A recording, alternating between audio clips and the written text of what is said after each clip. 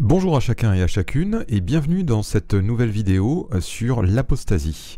Aujourd'hui donc on va voir la troisième partie de cette série consacrée à l'apostasie et on va voir le repas du Seigneur. Alors cette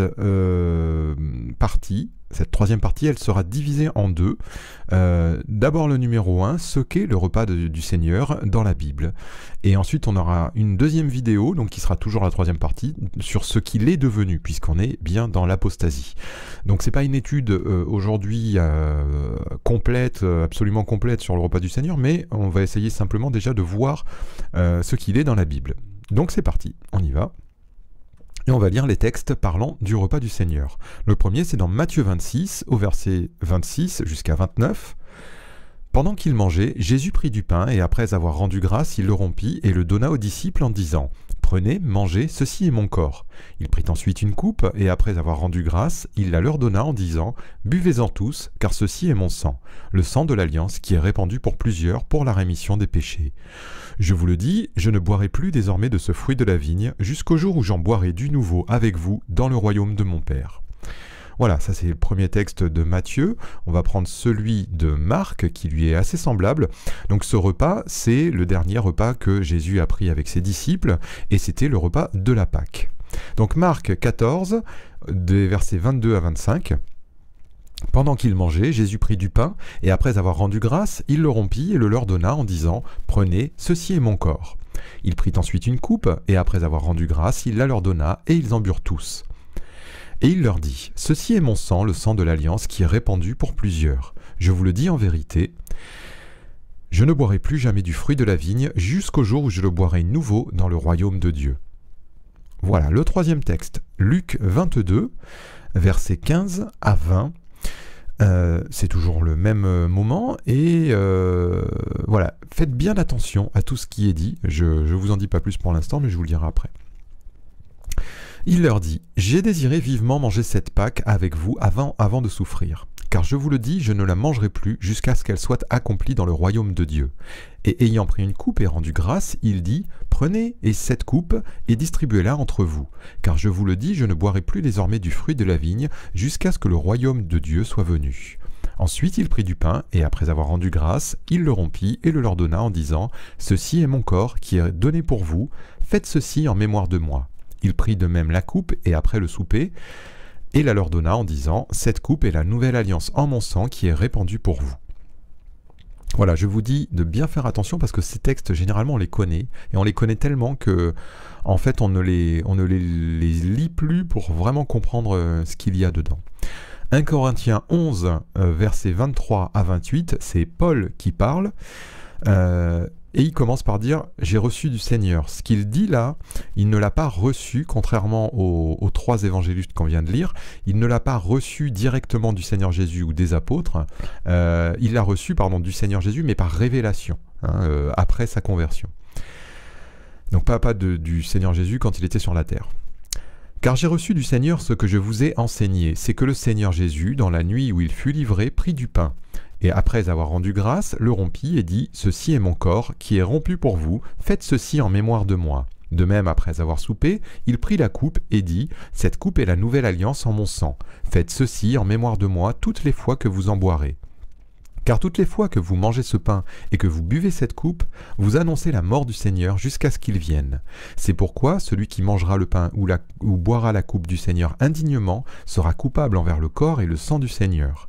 Que chacun donc s'éprouve soi-même, et qu'ainsi il mange du pain et boive de la coupe. » Voilà, on a lu ces 4 textes qui nous parlent de ce dernier repas pris et de ce que le Seigneur a institué, qui s'appelle la Sainte Seine dans certains mouvements, le repas du Seigneur, là c'est Paul qui le nomme le repas du Seigneur. Et à chaque fois, vous avez entendu parler, si je vous dis comment on doit faire pour prendre le repas du Seigneur, vous avez entendu parler de 2 choses à prendre. Et ces 2 choses, c'est le pain et là, en fait, beaucoup de personnes, j'ai déjà testé, beaucoup de personnes vont vous dire le pain et le vin. Et pourtant, c'est le pain et la coupe. Jamais vous n'avez lu le pain et le vin dans les 4 textes qui sont sous vos yeux. Jamais. il y a une harmonie entre ces 4 textes. Il est toujours question du pain et de la coupe. Alors, cette coupe, elle contient le fruit de la vigne, le vin. On l'a vu. Mais ce que je voulais vous montrer, insister là-dessus, c'est qu'aujourd'hui, on parle du pain et du vin. On entend souvent dire le pain et le vin, mais les textes, eux, sont en harmonie parfaite. Ils nous parlent toujours du pain et de la coupe, jamais du pain et du vin. C'est la coupe qui est le signe. Voilà, donc ça c'était une première remarque avant de continuer.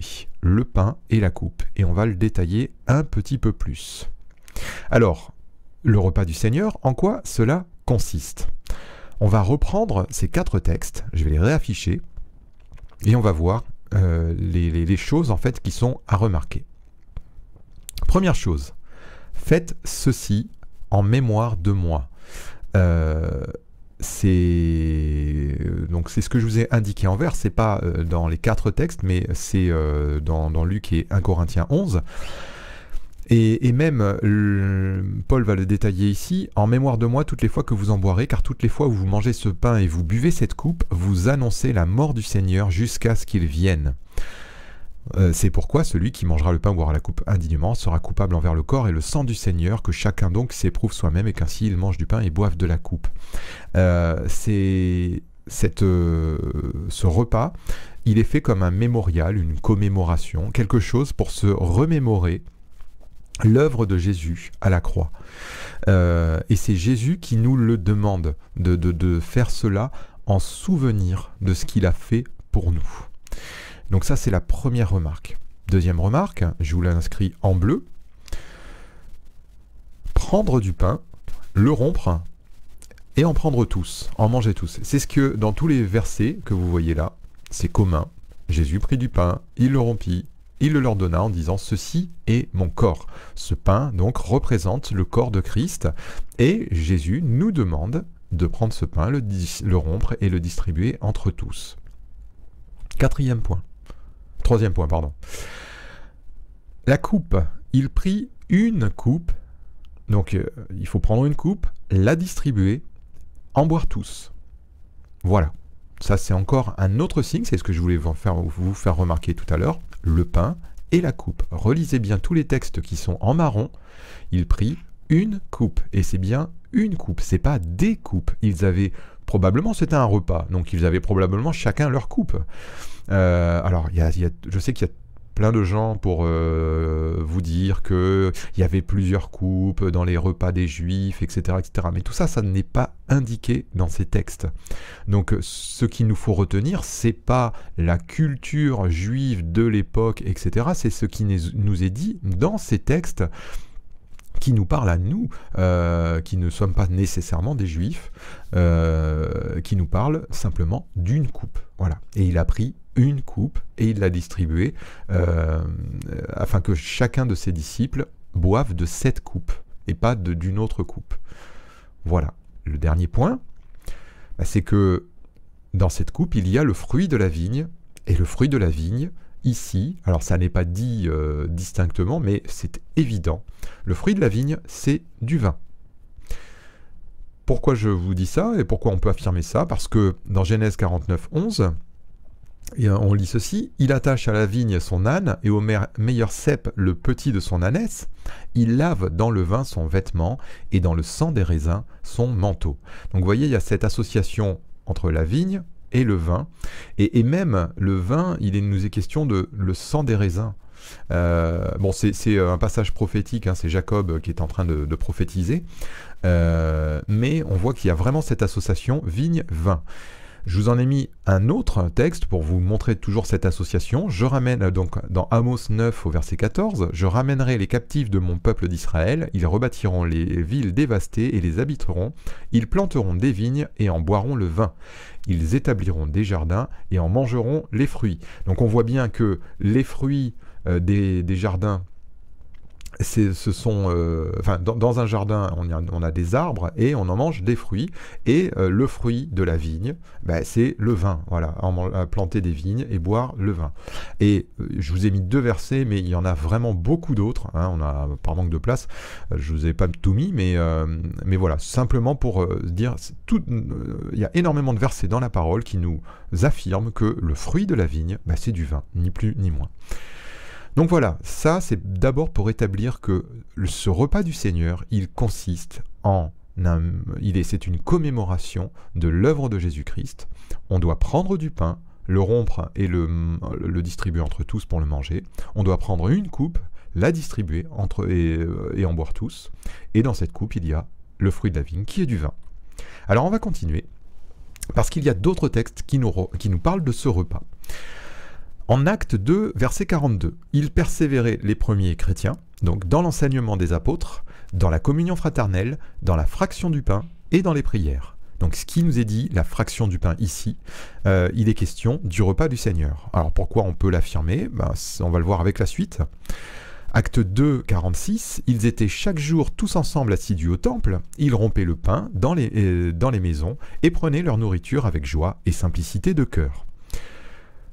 Rompaient le pain. Là encore, donc vous voyez, ils rompaient le pain et prenaient leur nourriture avec joie et simplicité de cœur. Donc ça veut dire que c'était 2 choses différentes. Donc le fait de fractionner le pain ou rompre le pain, c'était quelque chose de particulier pour les disciples. On a encore Acte 27 qui nous le confirme. Le premier jour de la semaine, nous étions réunis pour rompre le pain. Paul, qui devait partir le lendemain, s'entretenait avec les disciples et il prolongea son discours jusqu'à minuit. Donc ils étaient réunis pour rompre le pain, c'est-à-dire pour faire cette commémoration, comme Jésus le leur avait demandé.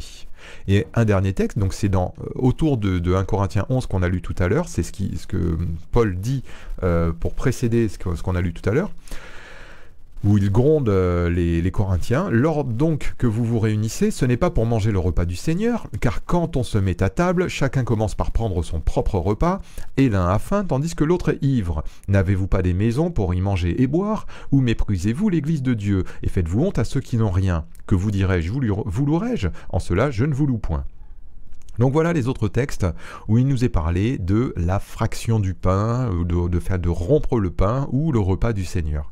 Voilà, moi je l'appelle le repas du Seigneur, on peut l'appeler la Sainte Seine, même si c'est pas vraiment biblique, c'est pas ça qui est important, mais c'est de se rendre compte qu'il y avait un repas au cours duquel on rompait le pain, c'est-à-dire qu'on allait faire ce mémorial que Jésus a institué. Alors on va faire une remarque maintenant. Il est écrit...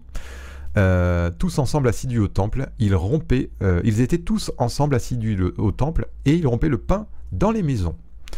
Ils auraient pu prendre ce repas au temple, mais ils ne l'ont pas fait. Le repas était pris dans les maisons. Vous voyez, on se réunissait, je pense qu'il devait y avoir des grandes assemblées. Juste au-dessus, on lit dans quelques versets plus haut, ils persévéraient dans l'enseignement des apôtres. Donc on sait qu'ils se réunissaient au temple pour écouter les apôtres enseigner ce que Jésus leur avait dit. Mais ensuite, le repas n'était pas, cette commémoration, elle n'était pas prise au temple, ou en tout cas autour du temple, ou dans les parvis du temple. On rompait le pain dans les maisons. Et ça, c'est important. Je vais vous en reparler par la suite. Deuxième point, ils prenaient leur nourriture avec joie et simplicité de cœur. Donc on a bien dissocié le fait de rompre le pain et de prendre la nourriture avec joie. C'est-à-dire que c'est un véritable repas, un moment de partage, et non quelque chose ressemblant à un sacrement. C'est-à-dire qu'il y a cette notion qui est importante au moment de rompre le pain. Eh bien, il y a cette notion qui est de repas qui est là. C'était fait au cours d'un repas, pendant un moment où l'on était ensemble et qu'on partageait. Donc c'était pas quelque chose de déconnecté de la vie de tous les jours. Mais c'était un moment où on se retrouvait ensemble. Et c'est ce qui vaut d'ailleurs cette remarque à Paul. L'individualisme des Corinthiens avait pour conséquence un manque d'amour envers les frères les plus pauvres, ce qui est contraire à l'esprit dans lequel le repas doit être pris. On voit que ici la réprimande de Paul, elle concerne les Corinthiens qui préféraient s'empiffrer, se goinfrer, avant même qu'on ait pu faire éventuellement un partage entre ceux qui n'avaient rien à manger, ceux qui étaient plus pauvres. Certains n'avaient pas de considération pour eux et puis ils mangeaient comme si de rien n'était. Et Paul le leur reproche parce que ça n'est pas du tout l'esprit dans lequel on doit faire cette commémoration du sacrifice de Christ, bien au contraire. Bien au contraire, c'est la conclusion.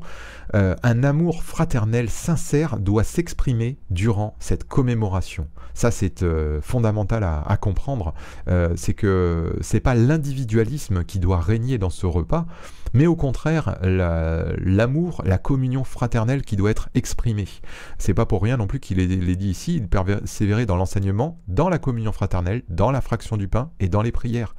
Tout ça, c'est lié, c'est interdépendant, c'est essentiel on ne peut pas dissocier les uns des autres.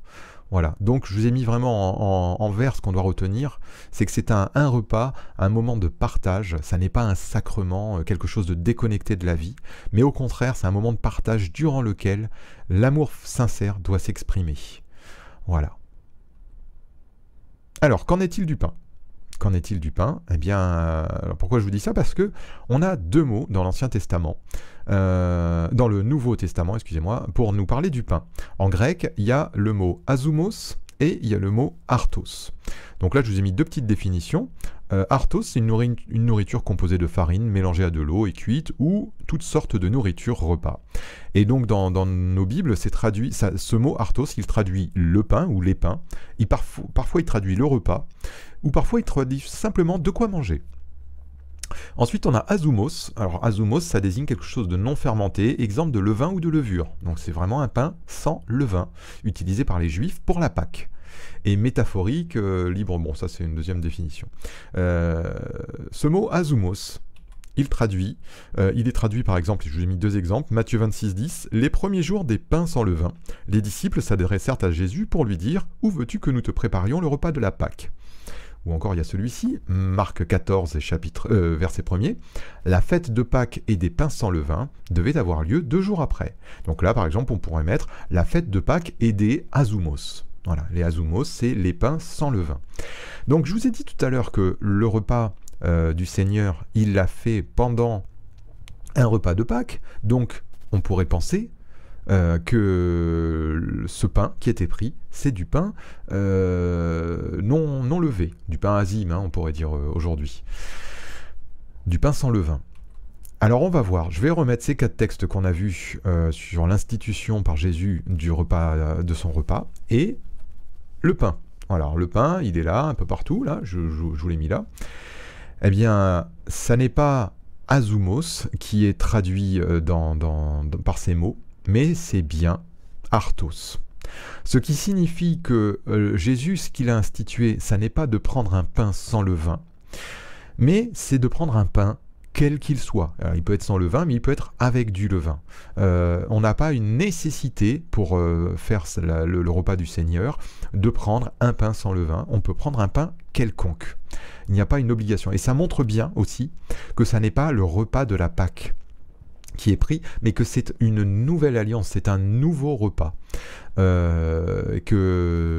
n'y a plus cette nécessité donc d'un pain sans levain. Je ne vais pas rentrer dans les détails, mais ça pourrait être à méditer. Mais en tout cas, ce que je voulais simplement vous montrer, c'est que la Bible nous demande de prendre un pain quelconque. Seulement, il faut bien que ce soit un pain. Voilà. Et la coupe. Alors la coupe, je vous ai dit qu'avec ces 4 textes qui nous parlaient de la coupe, seulement il y en a un autre, 1 Corinthiens 10, et là encore on voit la pleine harmonie de l'écriture. Ça n'est pas du vin qui est mis en avant, le signe n'est pas du vin, le signe est une coupe. La coupe de bénédiction que nous bénissions n'est-elle pas la communion au sang de Christ? Le pain que nous rompons n'est-il pas la communion au corps de Christ?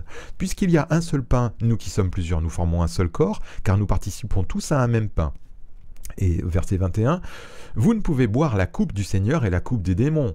Vous ne pouvez participer à la table du Seigneur et à la table des démons. Voulons-nous vous provoquer la jalousie du Seigneur? Sommes-nous plus forts que lui?